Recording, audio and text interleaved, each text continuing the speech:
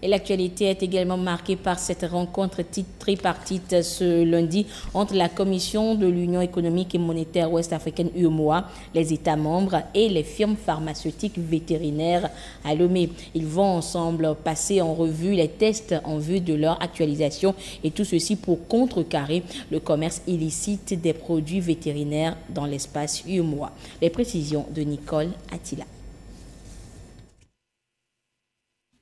Malgré les efforts consentis par la Commission de l'UEMOA dans la législation pharmaceutique vétérinaire, force est de constater qu'une bonne quantité de médicaments vétérinaires contrefaits ou frauduleux pilulent encore dans l'espace de l'Union. Pour lutter contre ce fléau, les différents acteurs du pays membres de l'Union sont à Lomé pour redéfinir les stratégies et harmoniser les tests en vigueur. L'objectif de cette rencontre, c'est d'échanger sur l'état de mise en œuvre de la réforme sur les législations pharmaceutiques vétérinaires au sein de l'UEMOA, de vous exposer les difficultés rencontrées et de recueillir les propositions d'amélioration.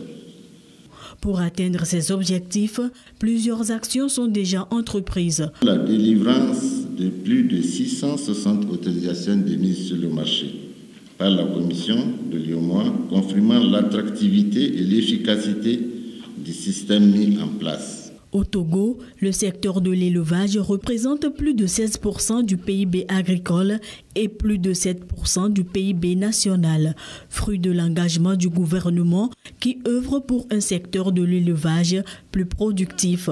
Le secteur de l'élevage joue un rôle stratégique dans la vie économique et sociale de nos États.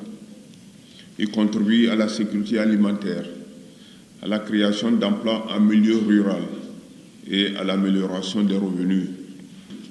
Les campagnes d'assainissement du marché du médicament vétérinaire, initiées avec l'appui de la Commission, ont permis d'intervenir efficacement sur le terrain.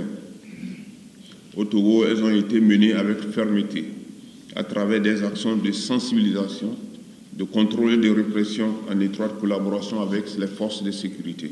Au Togo, à travers des mesures coordonnées et déterminées, sur l'URSS par sa volonté de moderniser le secteur de l'élevage et de mieux encadrer l'usage des médicaments vétérinaires.